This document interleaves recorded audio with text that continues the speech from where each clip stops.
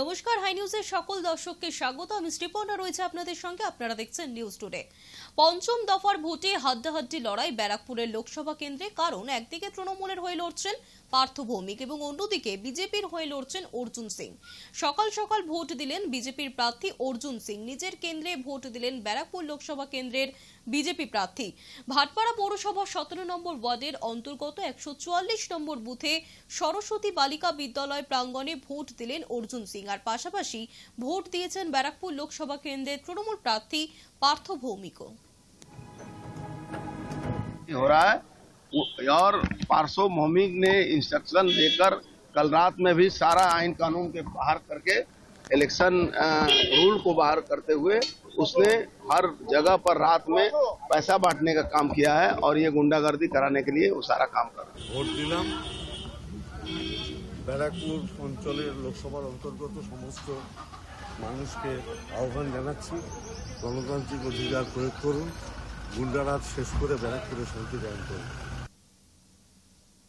ব্যারাকপুরের বন্ডলপাড়ায় বিজেপি নেতা কৌস্তব বাগচির গাড়ি ভাঙচুর। কৌস্তবকে ঘিরে তৃণমূল কর্মীদের বিক্ষোভ, গো ব্যাক স্লোগান। 122 নম্বর বুথের বাইরে জমায়েত দেখে গাড়ি থামান কৌস্তব বাগচি। তৃণমূল কর্মীদের সঙ্গে বিজেপি নেতার বচসা বেঁধে যায়। উত্তেজনা ব্যারাকপুর পৌরসভা 17 নম্বর ওয়ার্ড এলাকায়। কৌস্তবের দাবি, একটি বুথের সামনে জমায়েত দেখে তিনি গাড়ি থামিয়ে নামেন আর তারপরই তাকে ঘিরে ধরেন তৃণমূল কর্মীরা। ফিরে যাওয়ার সময় কৌস্তবের গাড়ি এবং তার সঙ্গে থাকা আরেকটি গাড়িতে ভাঙচুর চালানোর অভিযোগ।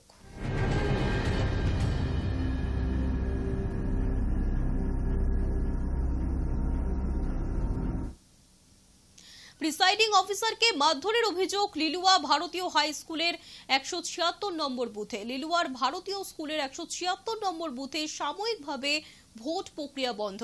প্রিসাইডিং অফিসারকে মারধরের অভিযোগ, তাকে চড় থাপ্পড় মেরে ভোট প্রক্রিয়া বন্ধ রাখা হয়েছে, এমনটাই অভিযোগ সামনে আসছে। ঘটনার খবর পেয়ে ঘটনাস্থলে পৌঁছন বিজেপি প্রার্থী রথিন চক্রবর্তী। পরে আবারও ভোট প্রক্রিয়া শুরু হয় সেখানে। বিজেপি প্রার্থীর অভিযোগ, শাসক দলের নেতা কৈলাস মিশ্রের নেতৃত্বে এই ঘটনা ঘটছে।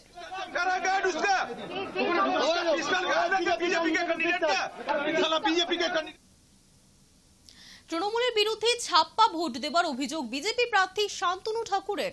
বনগাঁ লোকসভার কল্যাণী কাটাগঞ্জ গোকুলপুর আদর্শ শিক্ষায়তন হাই স্কুলের বুথ নম্বর 271, সেখানে ছাপ্পা ভোট দেবার অভিযোগ উঠছে তৃণমূলের বিরুদ্ধে। বুথে এসে পুলিশের নিষ্ক্রিয়তার অভিযোগ তুললেন শান্তনু ঠাকুর। পাশাপাশি তিনি এও জানান, কেন্দ্রীয় বাহিনীকে ভুলভাবে পরিচালনা করছে রাজ্য পুলিশ।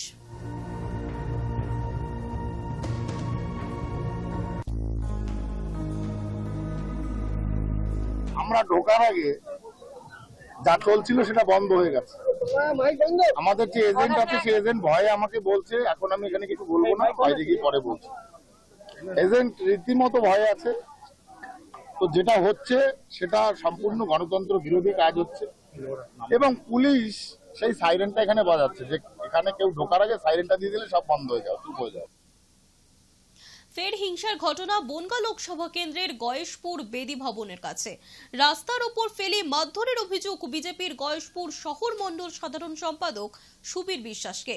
অভিযোগ তৃণমূলের বিরুদ্ধে। আর একই সঙ্গে আক্রান্ত হয়েছেন তার সঙ্গে থাকা আরেক বিজেপি কর্মী জয়ন্ত ধর।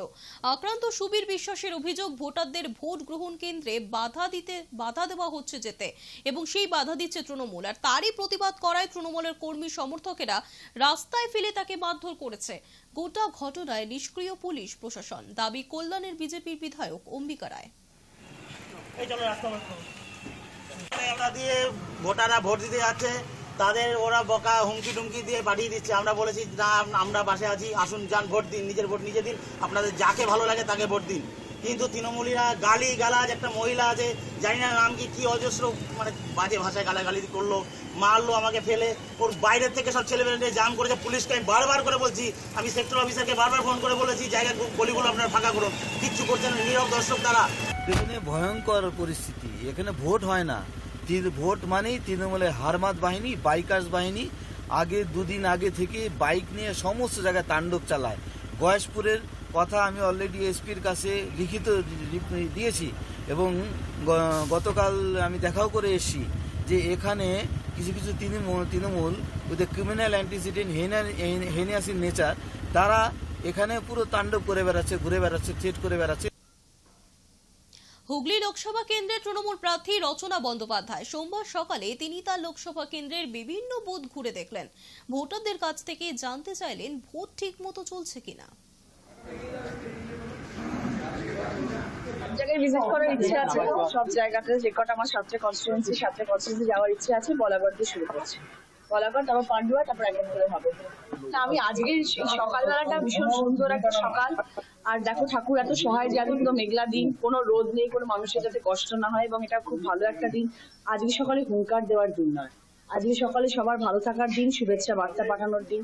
আজকের দিনে আমি সবার জন্য শুভেচ্ছা বার্তা পাঠাচ্ছি। সবাই ভালো থাকুক, সবাই মঙ্গল হোক, এবং সারা দিনটা সবার খুব ভালো কাটুক, এবং সব সুষ্ঠুভাবে হোক।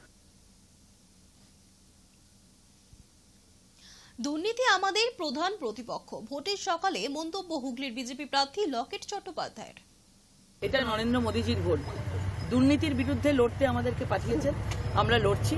সরাসরি দুর্নীতি হচ্ছে আমাদের প্রধান প্রতিপক্ষ। এখানে কে এক্সপিরিয়েন্সড, কে নতুন, কে সিনেমা করে, কিছু করে, তার মধ্যে কিছু এসে যায় না। আমরা যেভাবে একজন মানুষের জনসেবা করবার জন্য, তাদের ভালো করবার জন্য যেটুকু আমাদের দরকার হয়, আমরা প্রাণপণ আমরা চেষ্টা করে গেছি।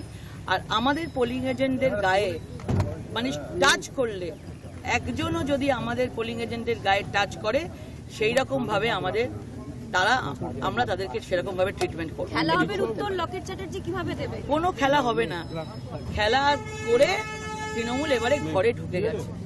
তৃণমূল নেই, তৃণমূল ঘরে ঢুকে গেছে, নিজেদের পায়ের তলা থেকে মাটি সরে যাচ্ছে। তাই বিভিন্নভাবে একজন মহিলাকে প্রার্থীকে, নিজেদের মহিলা প্রার্থী থাকা সত্ত্বেও মেলাইন করার চেষ্টা করছে, মহিলাকে অপমান করার চেষ্টা করছে, পর্যদস্ত করার চেষ্টা করছে। আমি সারা 80 দিনে আমি সেটা দেখেছি। কিন্তু যত এরকম করবে, আমার মনে হয় বাংলার মহিলাটা তত বেশি শক্তিশালী হবে। যৌনপল্লীতে ঘুরে বেড়াচ্ছেন কেন্দ্রীয় বাহিনীর জওয়ানরা, বেলাগাম কল্যাণ বন্দ্যোপাধ্যায়। বিড়ালা গ্রামে, আটপুরের বিড়ালা গ্রামে একজন জওয়ান মদকে একজন মহিলাকে কটূক্তি করছিল, মহিলাটা ঘরে ঢুকিয়েছিল, তারপরে সেই মহিলার ঘরের মধ্যে ঢুকে তাকে মলেস্টেশন। তো এই তো হচ্ছে সিআইএসএফ জওয়ানদের দিয়ে সমস্ত হচ্ছে। এটা তো আমরা বারবার বলছি, এটা তো ইলেকশন কমিশনকেও বলেছি। হাইকোর্টে যখন আমি মামলা করছিলাম তখন তো আমি বলেছিলাম শীতলকুচির ঘটনা দিয়ে, যে এই যে মহিলাদের উপরে একটা অত্যাচার করার টেন্ডেন্সি বর্ডার সিকিউরিটি ফোর্সে, মানে সেন্ট্রাল ফোর্সেস রয়েছে। এবং তোমরা খবর নিয়ে দেখবে, যাও তোমরা খবর না, আমাকে বলতে হবে না, যেখানে সিআইএসএফ যাচ্ছে একটু শহর ঘেঁষা, সমস্ত রেড লাইট এরিয়ার মধ্যে ঢুকে যাচ্ছে। যাদের নিরাপত্তার দায়িত্ব তারাই যদি বলছি, আমি সারা বলি বলতে পারি, যাও কোনো খবর নিয়ে দেখবে, যাও না। এরা যেখানে পাচ্ছে সেখানে মহিলাদের উপর অত্যাচার করছে। এরা এমনি একটা রাফ রয়েছে, এরা ইয়েতে ওই বিড়ালা গ্রামে হয়েছে, উলুবেড়িয়াতে হলো, জাঙ্গিপাড়াতে হলো, গ্রামবাসীরা বেঁধে রেখেছিল। তারপর যাই হোক, কিন্তু এটা তো ঠিক না। এটা তো কে আজ সহ্য করবে যে আমার বাড়ির মেয়ের উপর অত্যাচার হবে। ধনেখালিতে চোর ডাকাত তরচা, মাঝে কেন্দ্রীয় বাহিনী, মুখোমুখি হুগলির বিজেপি প্রার্থী লকেট চট্টোপাধ্যায় এবং ধনেখালি তৃণমূল বিধায়ক অসীমা পাত্র। হুগলির বিজেপি প্রার্থীকে দেখে চোর চোর গো ব্যাক স্লোগান দেন তৃণমূল কর্মীরা। লকেটকে ডাকাত বলে আক্রমণ ধনেখালি তৃণমূল বিধায়কের।